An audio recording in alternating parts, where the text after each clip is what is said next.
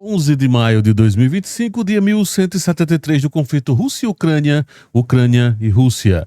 No vídeo de hoje nós vamos focar em derrota humilhante em Toretsk. O que foi que aconteceu em Toretsk para que os ucranianos tenham, como alguns estão dizendo, tenham tido uma das derrotas mais humilhantes do fronte até agora? Ocorreu? Não está muito claro se nos informes que vão chegando nesse exato momento, se ocorreram agora já nessa madrugada, agora início já do dia 11, né, pós o cessar-fogo, ou se foi antes do cessar-fogo e só agora que foram chegando as informações concretas.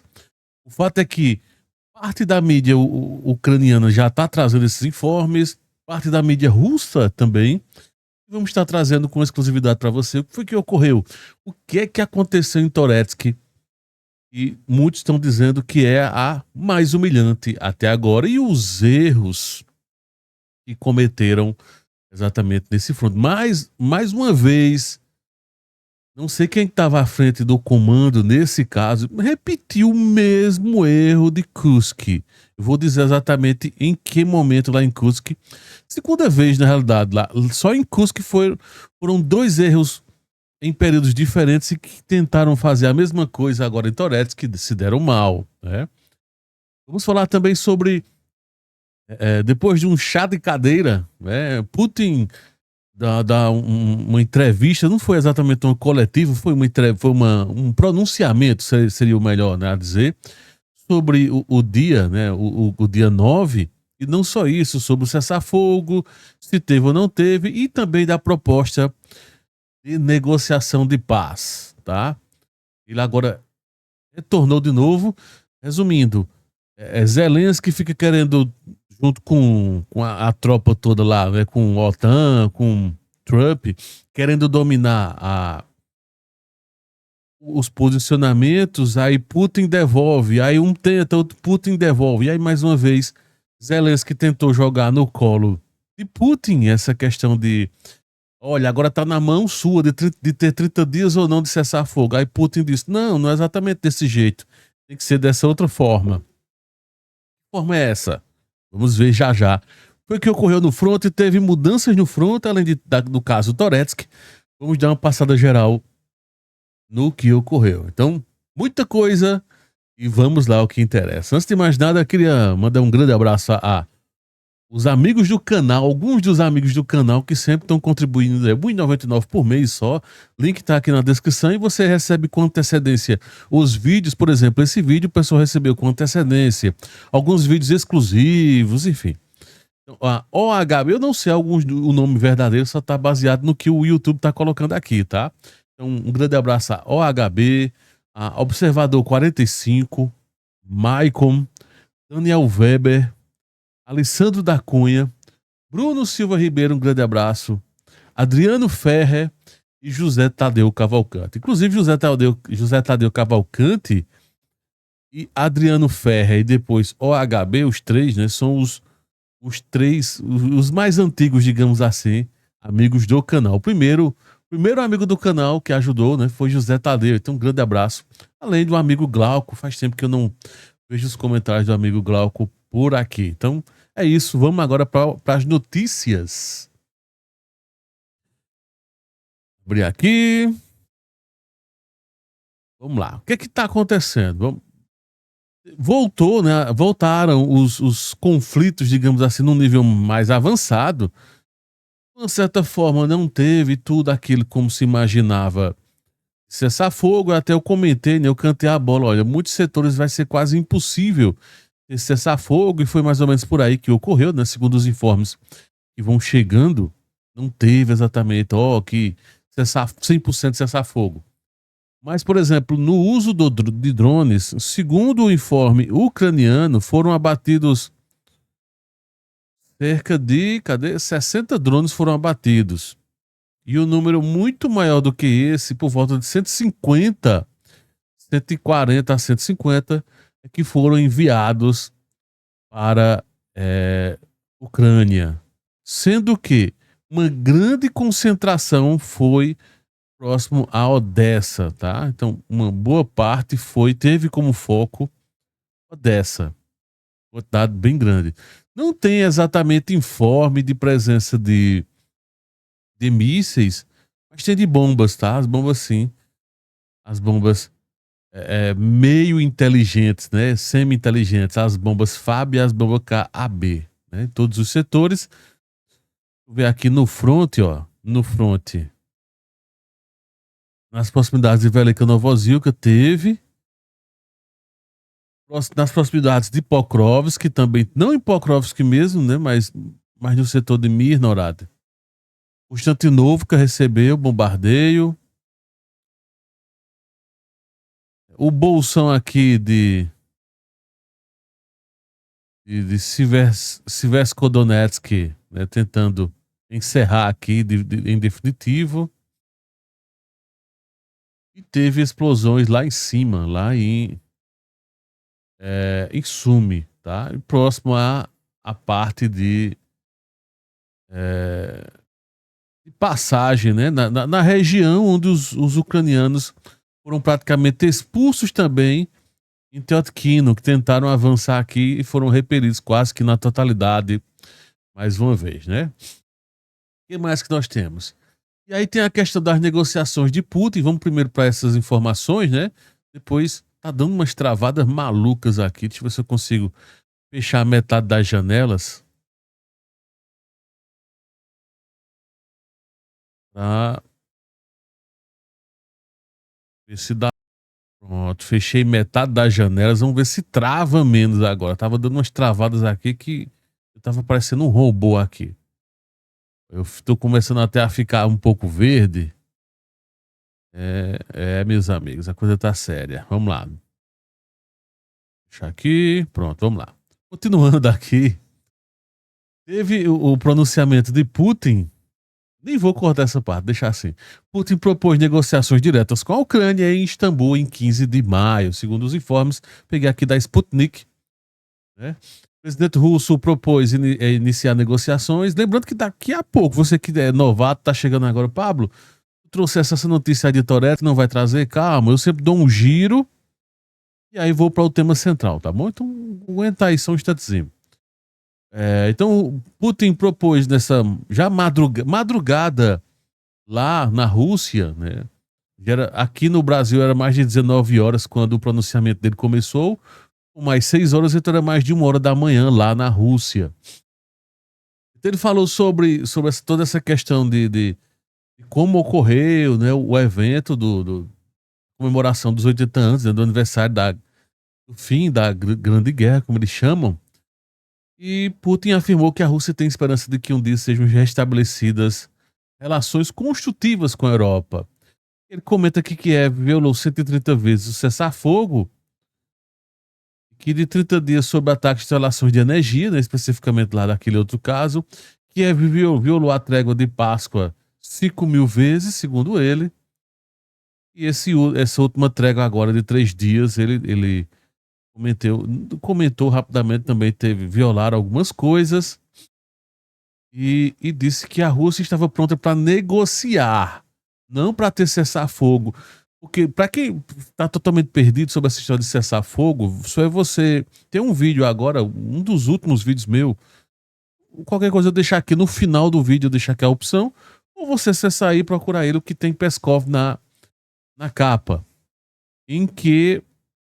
O que acontece? Peskov, eu consegui traduzir, né? Uma breve entrevista dele à ABC News, ele comentando que antes de qualquer coisa relacionada a cessar-fogo, era preciso ter negociação antes de um cessar-fogo mais amplo, porque senão a Ucrânia iria se rearmar e se reorganizar totalmente. Então só há benefício para a Ucrânia.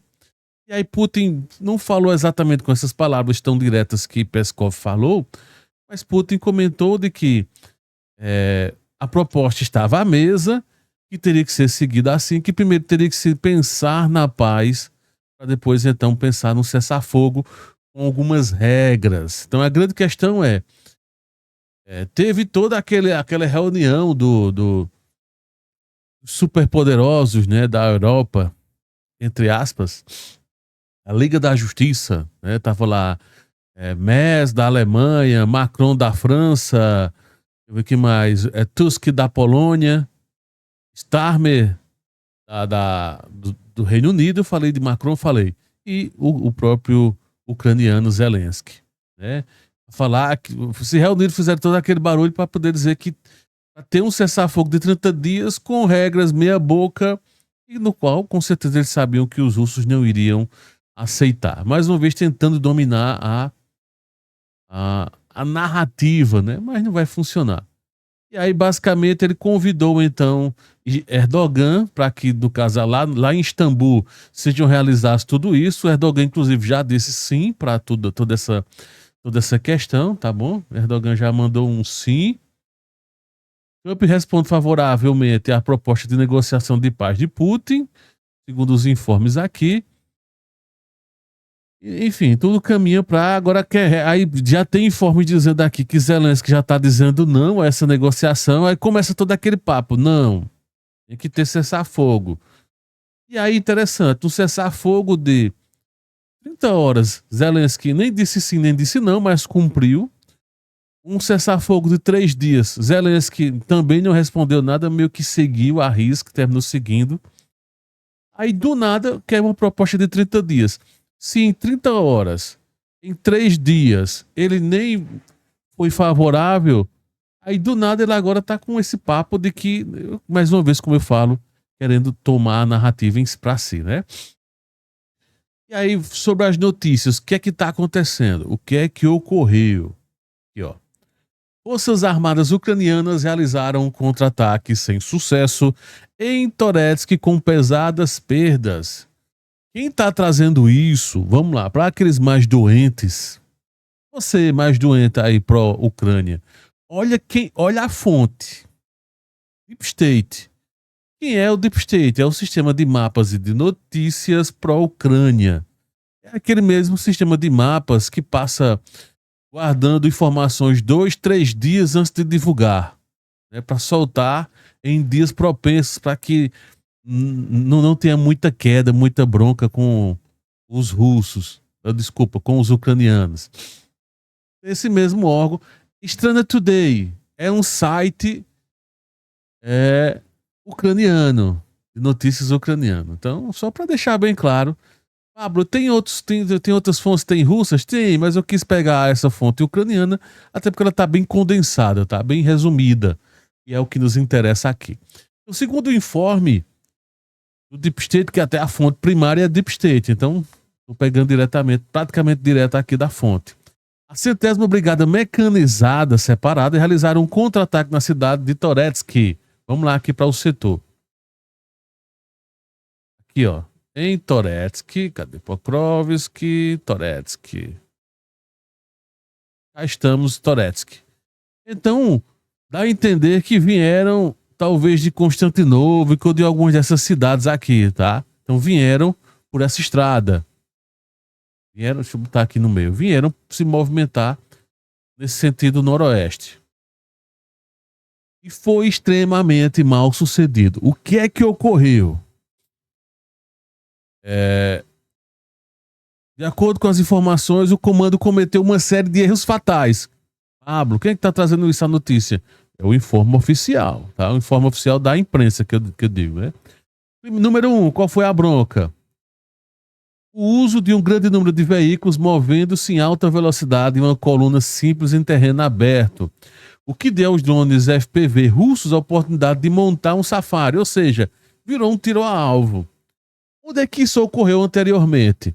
Se vocês lembram daquela tentativa frustrada dos ucranianos lá em Kursk, em que tentaram sair de Sudza em alta velocidade, uma coluna, um atrás do outro de blindados, né, rumo àquela vila mais ao nordeste, em que foram massacrados. Já isso foi no final do ano, início desse ano. Logo em seguida, depois, agora mais recente, teve uma tentativa. Não sei se eu consigo mostrar aqui no mapa, é porque eu vou tirar de posição, mas nada não. Porque eu gosto de mostrar no mapa. Eu abri aqui o Calibrated, que ele é mais rápido do que o outro, tá? Do que o Divigen. Então, para isso, o Calibrated é melhor. Vamos lá, ó. Se vocês lembram que os russos saíram da região de Sudza, desculpa, os ucranianos. Os ucranianos saíram em alta velocidade e tinham como objetivo, tá? Fizeram uma coluna, saíram nessa estrada na R200. Quando chegaram mais ou menos aqui, os russos tinham uma boa posição aqui nessa região e meteram aço. Além de lançar um monte de drones para cá, para a região, eles lançaram também um monte de MLRS, viraram um tiro-alvo fácil, como estão falando aí, virou um safari. O que foi que ocorreu? Uma parte conseguiu recuar, uma pequena parte recuou, uma outra parte mudou de direção para Berdim ou Berdon, para cá, e a grande parte foi destruída. E aí vieram para cá não, é porque o nosso objetivo não era avançar, era Berdim mesmo, não sei o quê. Aí chegaram nesse vilarejo que umas 5 horas depois tinham sido praticamente expulsos e ficaram só nesse pedacinho aqui, ó. Passaram uns 15 dias ou mais desse pedacinho, os russos conseguiram recuperar o principal, o que importava, e vida que seguiu e ficou todo um barulho. Os ucranianos foram massacrados. Uma das piores estratégias malucas, né? O pessoal só fazia levantar voo no drone e dava voo rasante nesses blindados. Tempos depois, uns 30 dias depois, tiveram outra brilhante, entre aspas, nada brilhante, ideia de avançar. Deixa eu pegar exatamente o local. Aqui, o Lanok foi por aqui. Aqui, ó. O que foi que ocorreu de novo aqui nesse setor? Tô tentando pegar aqui exatamente o nome da cidade. Cadê? Plekovo foi pra cá. Que tá a versão... Peraí. Isso, por aqui mesmo. O que é que ocorreu aqui, ó? Vamos lá. Os ucranianos saíram de Cherkasskaya, mais ou menos, ou um pouco antes, Komakov, não está exatamente certo. Fizeram também um grande contra-ataque rumo a Ulanok. Quando chegaram em Ulanok, mesmo jeito, vieram com colunas de blindados por aqui. Deixa eu tirar um pouquinho o zoom. Vieram com colunas de blindados. Chegou aqui, o que foi que ocorreu? De novo, foram expulsos, viraram tirar-alvo. E ficou o povo todo, na época, me chamando de mentiroso, porque não aconteceu isso. Eles queriam montar um arco até Plekovo. Só que os caras foram dizimados por aqui. Muitos soldados tiveram que dar infantaria que acompanhava os blindados. Ou foram mortos ou se esconderam nessa floresta aqui, que depois vieram para outra floresta. Muitos que estavam nessa floresta foram mortos com o lançamento de foguetes que os fizeram. Foi mais um massacre. Aí tiveram a brilhante ideia, alguém muito brilhante, entre aspas, só que não, resolveu fazer o mesmo. E o que foi que ocorreu? Isso que eu estou trazendo. Então, número 1, virou um safari, né? Número 2, a ausência de cálculo normal de recursos necessário à operação, nomeadamente artilharia que não dispunha do número de munições, porque imagina só, você está tomando a frente, a dianteira, você tem que ter uma artilharia para dar um suporte, tem que estar uma artilharia atacando fortemente para formar não só por formar só uma cortina de fumaça, mas que os indivíduos, digamos, o inimigo não possa se preparar, né, tenha que se esconder em algum local dos esconderijos dele lá, nos abrigos. Então, enquanto está o bombardeio, os blindados vão avançando. Só que o que foi que ocorreu?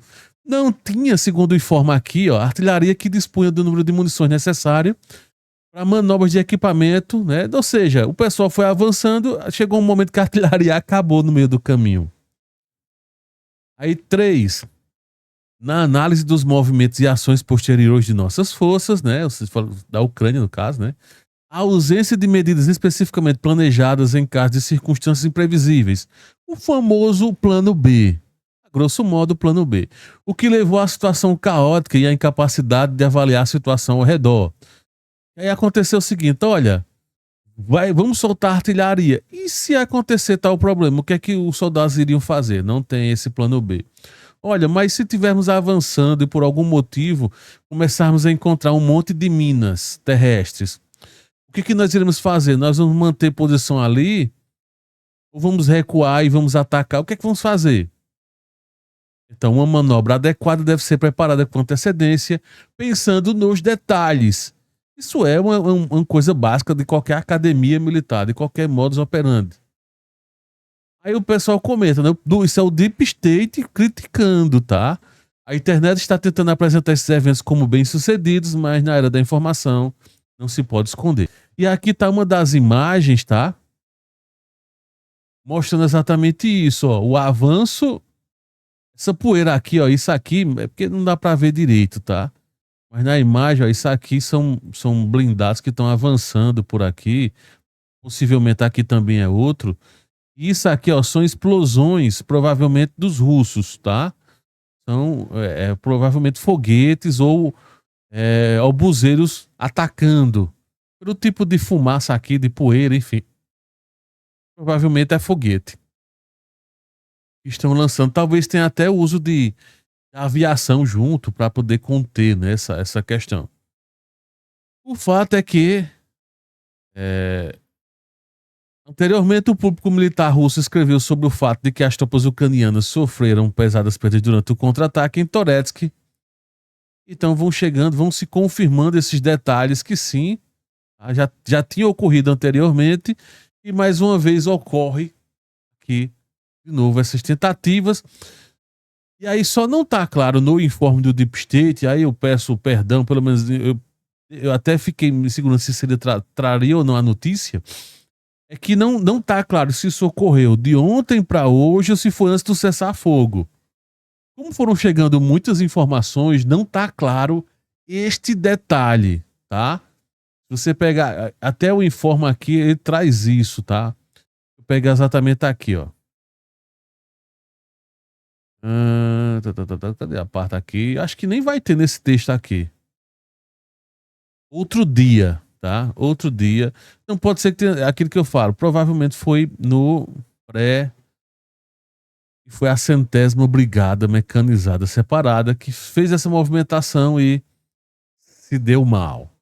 Aí a notícia, nada animadora, tá? E mais uma vez tentando, tá lá os russos, né, conseguindo se defender de ataques ucranianos que já tentaram fazer essa movimentação. E uma movimentação péssima, né, nada planejada, e que ocorreu então mais essa derrota aqui. Valeu, grande abraço. Lembra de curtir o vídeo? Não é inscrito no canal? Se inscreve no canal e deixa a tua opinião. Qual será a próxima maluquice dos ucranianos? Deixa nos comentários que eu quero saber.